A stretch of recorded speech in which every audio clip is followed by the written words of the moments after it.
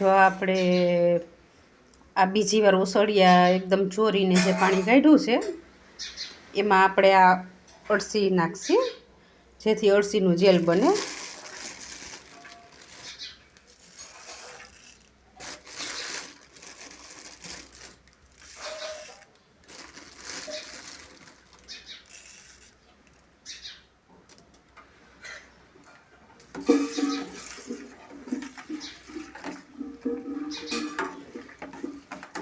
આને થોડીક વાર ઉકાળશી ને એટલે એકદમ જેલ થઈ જાય, પણ આને ગાળવાનું ગરમ ગરમ જ, નહીં તો ઠંડુ થશે ને પછી નહીં ગળાય।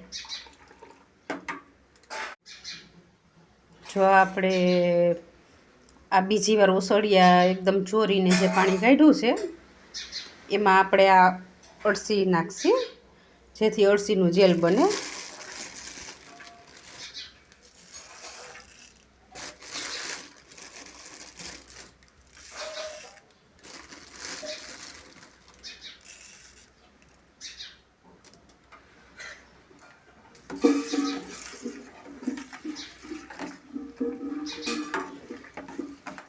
આને થોડીક વાર ઉકાળશી ને એટલે એકદમ જેલ થઈ જાય, પણ આને ગાળવાનું ગરમ ગરમ જ, નહીં તો ઠંડુ થશે ને પછી નહીં ગળાય।